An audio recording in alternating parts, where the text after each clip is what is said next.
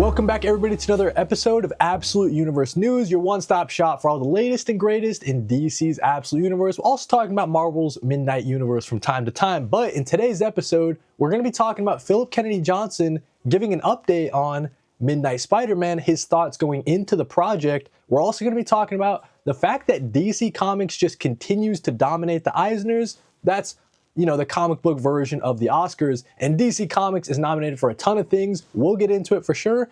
But the big news for today, Absolute Green Arrow is selling massively. So we just heard word that the issue 1 that hasn't even come out yet, it's coming out on this Wednesday as I record, already has over 300,000 pre-orders.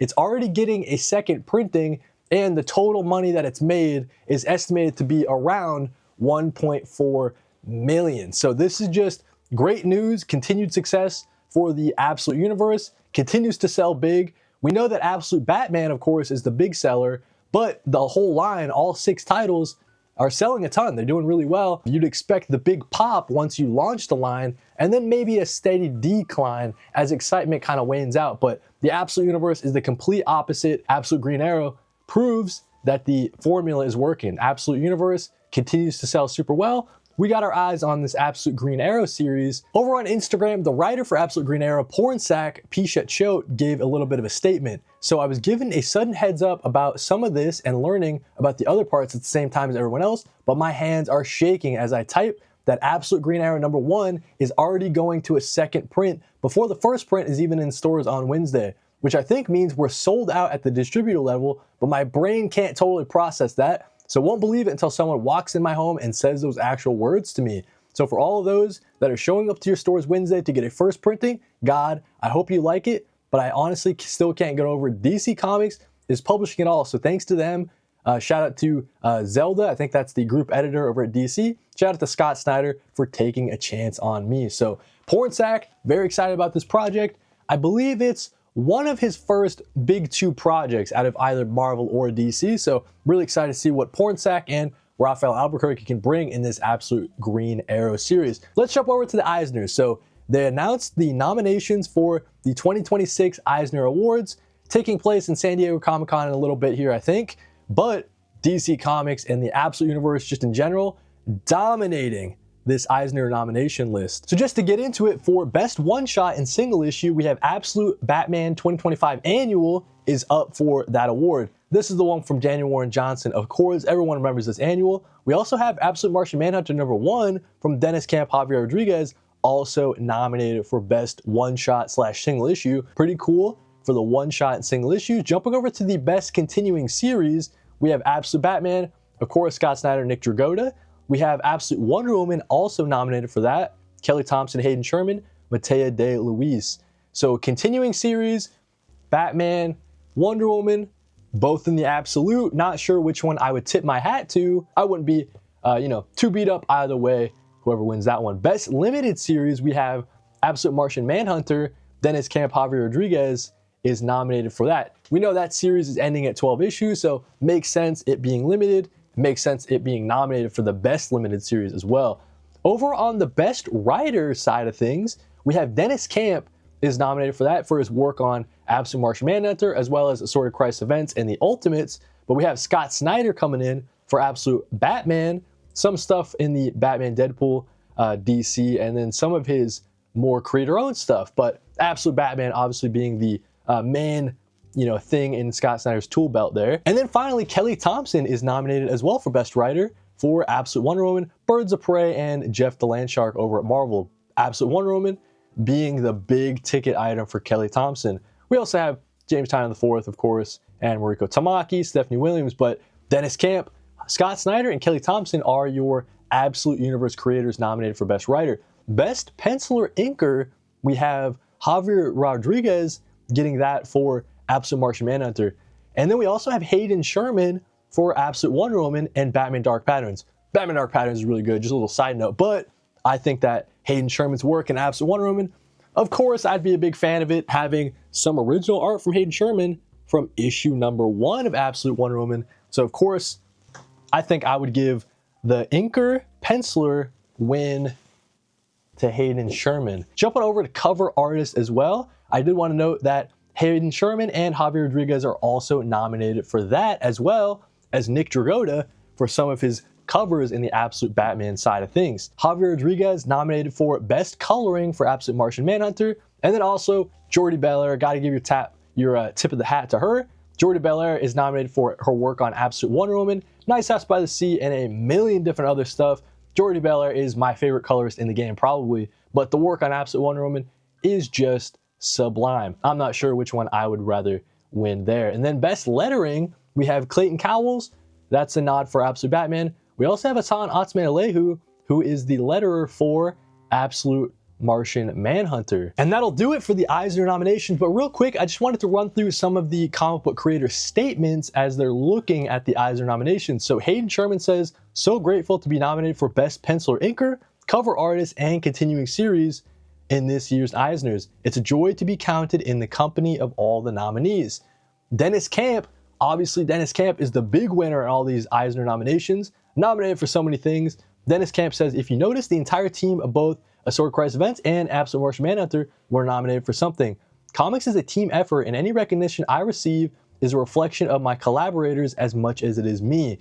That's often overlooked. You know, if the comic book writer, gets the award, the series wouldn't have come to life without the work of the interior artist, right? So Dennis Camp giving a nod to that. Something that we all need to keep in mind just in general. Sky Snyder says, Nick and I just saw the Eisner Awards announcements, and we're thrilled to see Absolute Batman got so much love.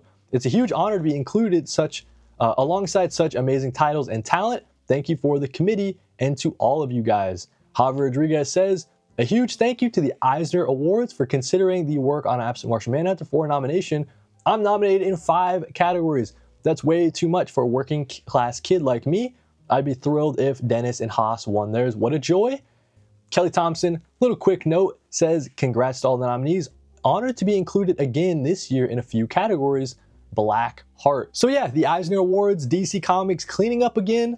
Ton of different nominations, but most of them centered in the Absolute Universe. So really exciting stuff to see. Let's jump over to Phillip Kennedy Johnson, giving a little bit of words, some of his thoughts going into his work on the Midnight Spider-Man series. Let's throw it to PKJ. News is out. We just announced the launch of the Midnight Universe at Marvel, our new horror imprint. I'm writing Midnight Spider-Man alongside phenom newcomer C. Tronk, who's about to become a legit superstar. I can't wait for you to see his artwork. I've already received a ton of questions from fans and readers about what to expect with this book, and I will be putting out a lot more videos in the coming weeks about what to expect. But tonight I just wanted to announce the book with my voice and to say thanks to all the readers who were so excited and who reached out with kind words, and to Marvel for trusting me with their most iconic character. Writing a book like Spider-Man just carries this weight of responsibility, like a philosophical statement about heroism. I always felt that with Superman as well, and I feel it here too. Don't get me wrong, we're going hard in the paint with the horror stuff on this book. It's a horror book, to be sure, but it's still Spider-Man. I just wanted to tell my fans and readers I recognize that. I recognize the responsibility, and we won't let you down. Stay tuned. So I really love this clip. Phillip Kennedy Johnson just explaining that, there's this weight that comes with doing a Spider-Man series, but Phillip Kennedy Johnson feels he's up to the task. And he just thinks that, Spider-Man is such an important superhero in every sense of the word, kind of in a way that he viewed his work on Superman as well. So kind of taking those ideals on heroism and sacrifice and kind of bringing it over to Marvel for work on a Spider-Man series. I'm excited. PKJ, on the initial outset, this one was my least anticipated Marvel Midnight title, but just seeing Phillip Kennedy Johnson's excitement for it, I think you won me over. I'm really excited to see PKJ's take on Absolute Spider-Man. Let's jump over to some of the things you can expect at your local comic book stores the week that I'm recording in the Absolute Universe. So of course, May 20, we have Absolute Flash number 15, Absolute Green Arrow number 1.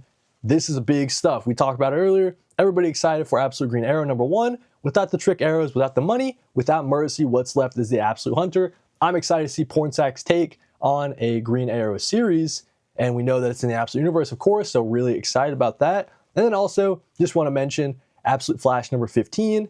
We got Jeff Lemire and Nick Robles coming back, the main series artist. What lurks within Star Labs? So getting a look at the Absolute version of Star Labs in Absolute Flash number 15. Really excited about that. Then, real quickly, I just want to jump over to the FOC calendar. So this week, as I'm recording, you have 1 day left to pre-order Absolute Catwoman #1 and ensure that your shop has a copy for you, or else you might be, waiting for a second printing, and you never want to be that guy. So make sure you put your orders in for Absolute Catwoman ASAP, and then next week, there are 5 Absolute titles on FOC. So guys, keep this in mind, right? Absolute Batman #21. This is going to be kind of a new appearance or new look at the Absolute Two-Face character, of course. And so this should be really exciting. The more continuation of the Absolute Scarecrow sort of storyline that they're doing. And then we also have Absolute Superman #20. Looks like the big battle between King Shazam. We also have Absolute Steel there as well. Really excited to see how that breaks down in Absolute Superman #20.